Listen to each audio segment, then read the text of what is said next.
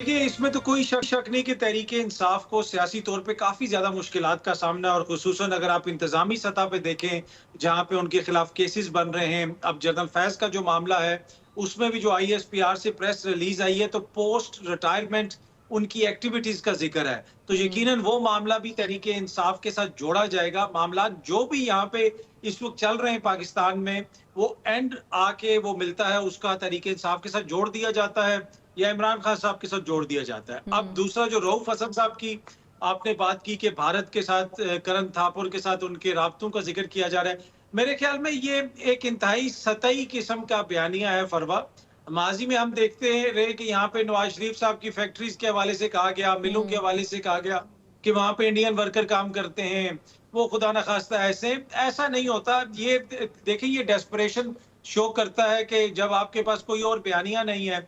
करण हुँ। Thapar is a well respected journalist और journalist हर किस्म की बात करते हैं, आप खुद हाँ, जर्नलिस्ट हैं। तो बिल्कुल। मेरे ख़्याल में वो तो कोई मैटर नहीं करता, वो जिस किस्म की बातें रऊफ हसन साहब के हवाले से की जा रही हैं। लेकिन इसमें कोई दो राय नहीं है कि इमरान खान साहब की जमात और उनकी ज़ात के लिए मुझे फ़िलहाल कोई रिलीफ़ नज़र नहीं आ रहा। अच्छा, वैसे जो कॉन्वर्सेशन हमारे तक पहुंची है, जो स्क्रीनशॉट्स हम देख रहे हैं in between Rauf Hasan and Karan Thapar, तो उसमें ज़ाहिर है कि एक्सचेंज ऑफ वर्ड्स है, इंफॉर्मेशन है, और उसमें 9th में से रिलेटेड चीज़ें हैं, उसमें आर्मी से मुतालिक चीज़ें हैं, उसमें जो करंट सिचुएशन है related Imran Khan and the government and the setup, उससे रिलेटेड जो है इंफॉर्मेशन पास ऑन की गई है। और फिर वो जो उनका उनका प्लेटफॉर्म है वायर, उसके ऊपर भी उन्होंने उसकी हेडलाइंस या जो सुर्खियाँ हम कहते हैं उसके तौर पे उसको इस्तेमाल भी किया है।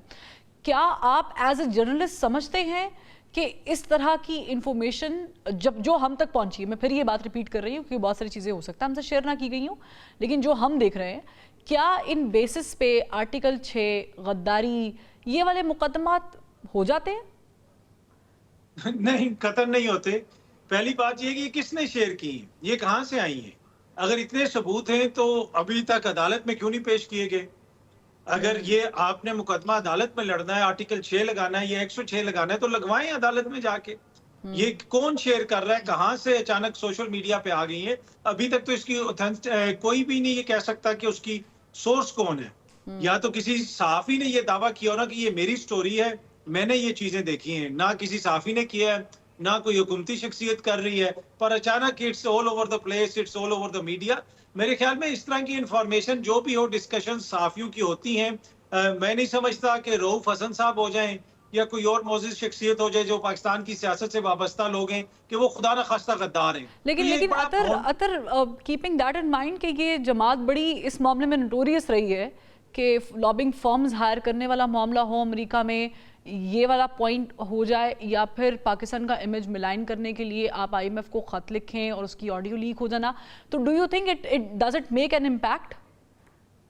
टू बी ऑनेस्ट मेरे ख्याल में पाकिस्तान में 2 किस्म की सियासत होती है। एक सियासत वो होती है जो आप हुकूमत में करते हैं, जब आपको हर कोई अच्छा लगता है, एस्टेब्लिशमेंट के साथ भी आप एक पेज पे होते हैं, जिस हम्म। जिस तरह अभी नवाज़ शरीफ साहब हैं, मरियम बीबी हैं। एक वो होती है जो आप ऑपोज़िशन में करते हैं, जिस तरह अभी इमरान खान साहब हैं। जब मियाँ साहब ऑपोज़िशन में थे, तो वो शेख मुजीबुर रहमान के हवाले से कहते थे कि बड़ा ज़ुल्म हुआ, उसका मैंडेट नहीं माना गया ठीक और है। वो जनरल बाजवा के ऊपर इल्ज़ाम लगाते थे, हम्म। एस्टेब्लिशमेंट पे इल्ज़ाम लगाते थे, इदारों पे इल्ज़ाम लगाते थे। और इमरान खान साहब कहते थे नहीं इदारे तो बड़े अच्छे हैं, वो तो बिल्कुल हम एक पेज पे हैं, वो तो हम्म। हमारे बिल्कुल साथ चल रहे हैं पाकिस्तान के लिए। अब खान साहब इल्ज़ामात लगाते हैं, दूसरी साइड डिफेंड करती है। तो मैं इसको इतनी अहमियत नहीं देता। मेरे ख्याल में हमें we all need to grow up.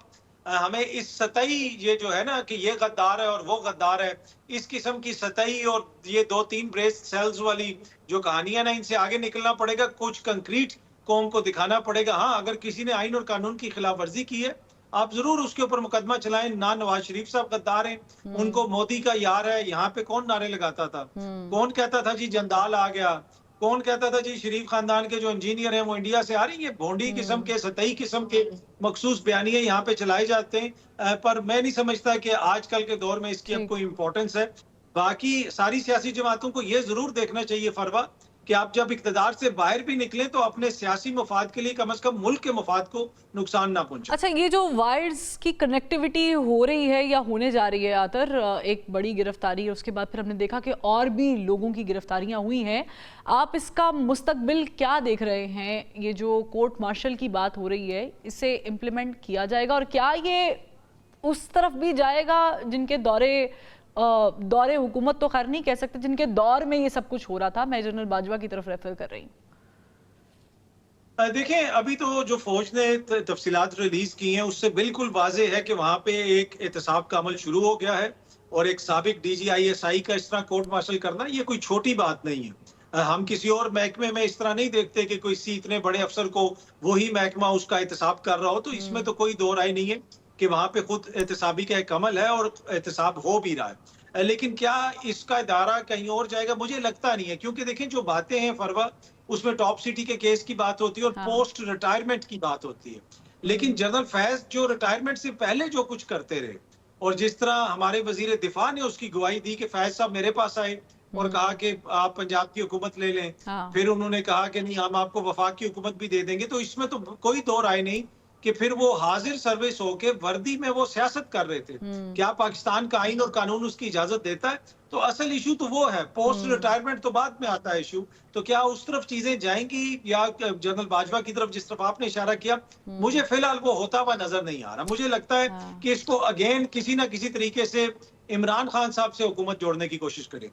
बहुत शुक्रिया आतर, I choose my words wisely. और होना तो ये चाहिए था कि जो दौराने सर्विस चीज़ें हैं उसको भी कंसिडर किया जाएगा, लेकिन ये इदारे का अपना प्रोगेटिव है। और जो हमारे पास ISPR की प्रेस रिलीज़ आई थी उसके मुताबिक पोस्ट सरगर्मियों में सियासत में मुलव्वस होने और इंजीनियरिंग करने का एक बेस है, बुनियाद है, उस पर सारी कार्रवाई हो रही है। लेकिन दूसरी तरफ ऐसा महसूस हो रहा है कि पाकिस्तान तहरीक इंसाफ और बिलखुसूस इमरान खान साहब के गिर्द जो घेरा है वो तंग से तंग होता चला जा रहा है। बड़ी इंटरेस्टिंग खबर है कि एक और GOR मुतारिफ करवाया जा रहा है और हमारे नुमाइंदे गौहर अली साहब हमारे साथ स्टूडियो में मौजूद हैं। तो गौहर अली साहब से जानेंगे कि ये एक नए GOR के फेज़ की ज़रूरत कहाँ पड़ी, क्यों पड़ी? गौहर साहब ज़रा बताइएगा कि ऑलरेडी तो हमें पता है कि सरकारी बेंगलोज मौजूद हैं और जो अलॉट किए जाते हैं घर एक पूरे पैटर्न के साथ, वो सेक्शंस तो मौजूद है, फिर एक नया GOR।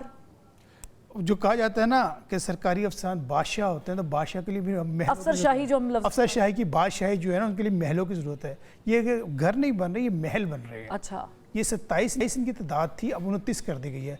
लाहौर का सबसे महंगा इलाका जो DHA है, लाहौर का सबसे महंगा तक इलाका है, उसका इंतखाब किया गया। और हैरत अंगेज़ बात यह है कि PC1 बनने से पहले ही, मतलब प्रॉपर जो तरीक़ेकार होता है किसी प्रोजेक्ट का, उससे पहले ही यहाँ पर इसकी तामीर शुरू कर दी गई है। और ये कहा जा रहा है कि ये जो है इंतहाई जदीद सहूलियात से रास्ता होंगे। अब देखना ये कि सरकारी अफसरान के पास पहले ही यहाँ पे इस पे लागत कितनी आई है अभी तक, क्या आपने इसका निकाला है? इसकी लागत जो है 2696 मिलियन रुपए, 2696 मिलियन रुपए है। ये पहले इसकी लागत थी 1644 रुपए, अब ये बढ़ के 2696 रुपए हो गई है, मिलियन रुपए हो गई है। और इसमें ऑलमोस्ट डबल हो गई है, 1000 तकरीबन 46 मिलियन रुपए इसकी लागत में इजाफा हुआ है। और कोई पूछने वाला नहीं है ये कि ये घर क्यों बना रहे हैं। अब देखिए DHA कहाँ है और सिविल सेक्रेटरीट कहाँ है। सरकारी अफसरान जब जाएंगे, पेट्रोल कितना लगेगा, टाइम का कितना ज़्यादा होगा, वक्त का कितना खर्च होगा। लेकिन आप भूल रहे हैं ना, उनका पेट्रोल भी तो हम देते हैं ना। हाँ, ये तो बात दुरुस्त है, टैक्स से जाता है। अच्छा, इसमें सबसे अहम बात यह है कि इसकी जब मीटिंग हुई उसमें सबसे पहले ये ख्याल रखा गया कि ये इस तरह बनाए जाएँ घर के सरकारी अफसर जब वहाँ रिहाइश पजीर हों, उनकी निजी मसरूफियत में खलल ना पड़ा जाए। ये मीटिंग मिनट्स का हिस्सा है।